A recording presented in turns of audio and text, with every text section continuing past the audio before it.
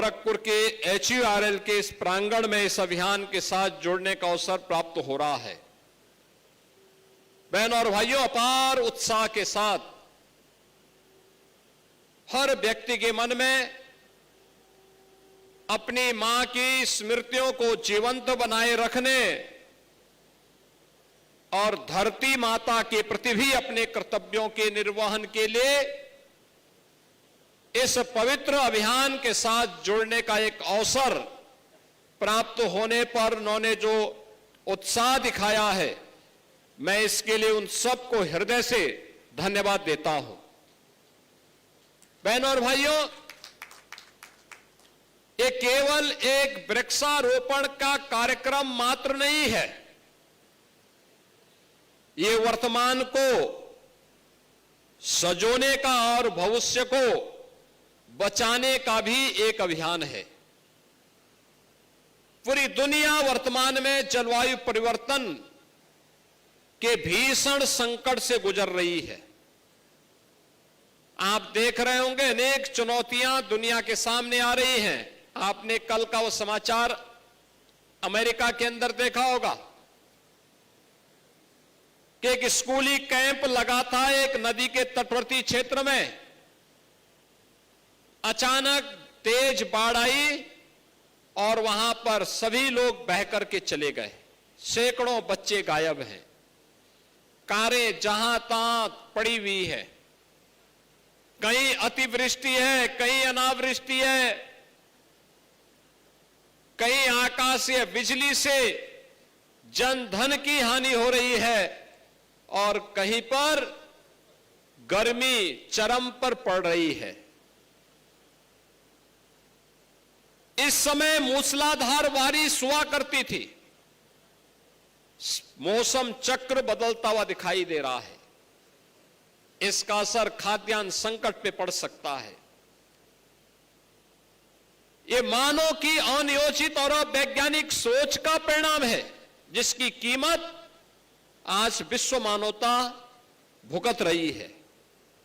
इससे बचाने के लिए प्रधानमंत्री मोदी जी ने 2014 में देशवासियों के सामने कुछ लक्ष्य तय किए थे। जलवायु परिवर्तन की समस्या का समाधान करने के लिए कुछ सुनियोजित प्रयास प्रारंभ किए थे। आज उसी का परिणाम है कि देश के अंदर भी और उत्तर प्रदेश के अंदर भी वनाच्छादन बढ़ा है। 5 लाख एकड़ क्षेत्रफल में हमारा वनाच्छादन बढ़ा है, जो उत्तर प्रदेश 2017 के पहले तक 14-15 वर्षों तक लगातार जिसका वनाच्छादन गिरता जा रहा था। वन माफिया, भूमाफिया, खनन माफिया हावी होकर के वनों को काटते थे। उन लोगों को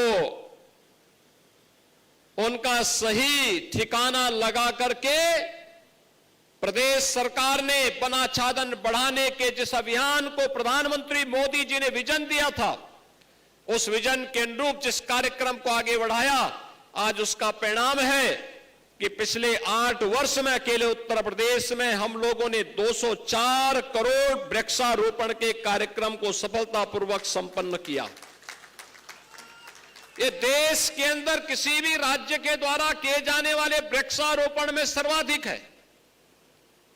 और यही कारण है कि देश के अंदर वनाच्छादन बढ़ाने में जिन राज्यों की बड़ी भूमिका है, उत्तर प्रदेश उनमें अग्रणी है, क्योंकि उत्तर प्रदेश ने 5 लाख एकड़ क्षेत्रफल में अतिरिक्त वनाच्छादन करने में सफलता प्राप्त की है।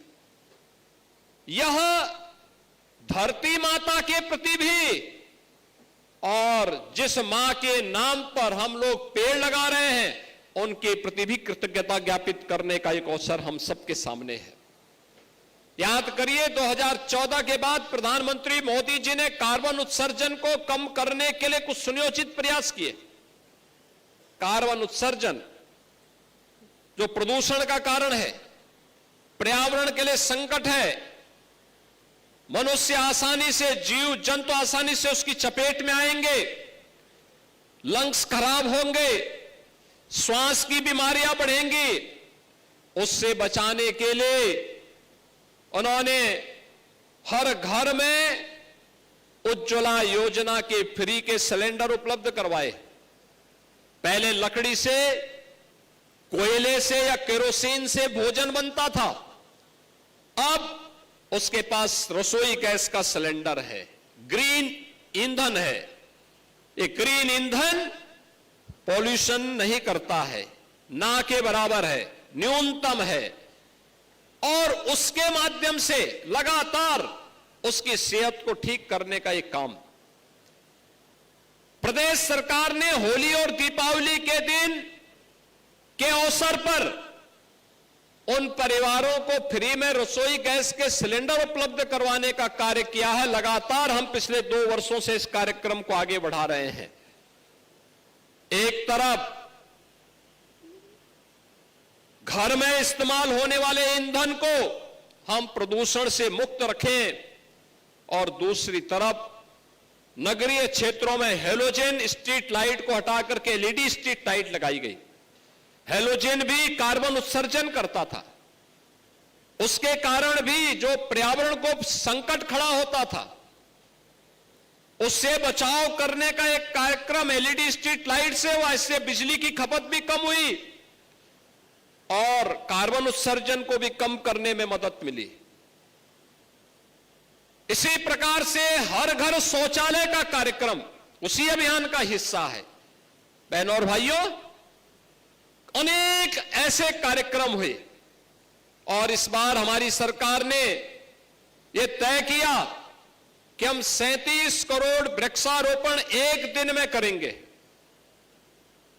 आज वृक्षारोपण कार्यक्रम पर प्रश्न खड़ा करने वाले लोगों से मैं पूछना चाहता हूं, जब उनको अवसर मिला था तब वे लोग कुछ नहीं कर पाए, तब उन्होंने योजनाओं को भ्रष्टाचार का केंद्र बिंदु बनाया, लूटपाट का केंद्र बिंदु बनाया। आज हमारी सरकार 1 डिस्ट्रिक्ट 1 प्रोडक्ट दे रही है, 1 डिस्ट्रिक्ट 1 क्रॉप दे रही है, और इन लोगों ने, समाजवादी पार्टी रही हो या कांग्रेस या बहुजन समाज पार्टी, इन लोगों की सरकार थी, इन लोगों ने 1 डिस्ट्रिक्ट 1 माफिया दिया था। 1 डिस्ट्रिक्ट 1 माफिया। इन लोगों ने परिवारवाद के नाम पर समाज में जहर घोलने का काम किया था। ये माफिया जंगलों के अवैध कटान करवाते थे, ये माफिया अवैध खनन कराते थे, ये माफिया जमीनों पर कब्जा करते थे, ये माफिया अराजकता का तांडव करते थे, गरीबों पर अत्याचार करते थे। लेकिन अब माफिया प्रवृत्ति के खिलाफ जीरो टॉलरेंस की नीति का परिणाम प्रदेश भर में देखने को मिल रहा है। बहनों और भाइयों, आज उसी का परिणाम है। प्रदेश के नौजवानों के सामने अब पहचान का संकट नहीं है। अब प्रदेश का नौजवान देश के अंदर कहीं जाता है, पहले उसे पहचान छुपानी पड़ती थी, अब जब वो उत्तर प्रदेश का नाम बोलता है तो सामने वाले के चेहरे पर एक चमक होती है उत्तर प्रदेश के नाम को सुन करके। ये नई पहचान बनी है। बहनों और भाइयों, लूट के नाम पर किस प्रकार का तांडव था, याद करिए। आज पूर्वांचल एक्सप्रेस वे पर अयोध्या के बाद फिर मैंने अयोध्या में इन लोगों ने राम भक्तों पर गोलियां चलाई थी। पूर्वांचल एक्सप्रेस वे के नाम पर, जो पूर्वांचल एक्सप्रेस वे 341 किलोमीटर लंबा, 120 मीटर चौड़ा हम लोगों ने बनाया है। बहनों और भाइयों, इसी पूर्वांचल एक्सप्रेस वे पर पहले समाजवादी पार्टी की सरकार के समय में टेंडर हुए थे। उनका टेंडर था 340 किलोमीटर का, चौड़ाई थी 110 मीटर, और उसकी लागत थी उनकी समय में 15,200 करोड़ रुपए। नोट करिए, 340 किलोमीटर लंबा, 110 मीटर चौड़ा और टेंडर में उनकी लागत इन्होंने बनाई थी 15,200 करोड़ रुपए। जब हमारी सरकार आ गई, भारतीय जनता पार्टी की डबल इंजन सरकार आ गई, इस सरकार ने जब देखा कि जमीन नहीं है, इन्होंने टेंडर कर दिए, उसको निरस्त किया गया और निरस्त करने के बाद फिर से विज्ञापन निकाल करके नए टेंडर आमंत्रित किए गए। अब 110 मीटर की बजाय 120 मीटर चौड़ा किया गया, 140 किलोमीटर लंबा बनाया गया और लागत आई है 11,800 करोड़ रुपए की। बहनों और भाइयों, ये जो लूट थी ये कहां जा रही थी? ये वही लोग हैं जो उपदेश दे रहे हैं। लखनऊ में है एक JPNIC, Jayaprakash Narayan international centre, JP गांधीवादी विचारधारा के लिए जाने जाते थे, देश के अंदर मूल्यपरक राजनीति के लिए जाने जाते थे। राजनीति में जिन्होंने मूल्यों और आदर्शों को स्थापित करने की वकालत की, परिवारवाद की मुखालफत की, उस जेपी के नाम पर, जिन्होंने सर्वोदय के नाम पर समाज को जोड़ने का काम किया था, इन लोगों ने ऐसे सरदेय जयप्रकाश जी को भी बदनाम करने का काम समाजवादी पार्टी ने किया। याद करिए, JPNIC सेंटर जो बनना था लखनऊ में, इसकी लागत थी मात्र 200 करोड़ और 2017 मार्च तक 860 करोड़ खर्च हो गया और अभी तक पूरा नहीं हो पाया था।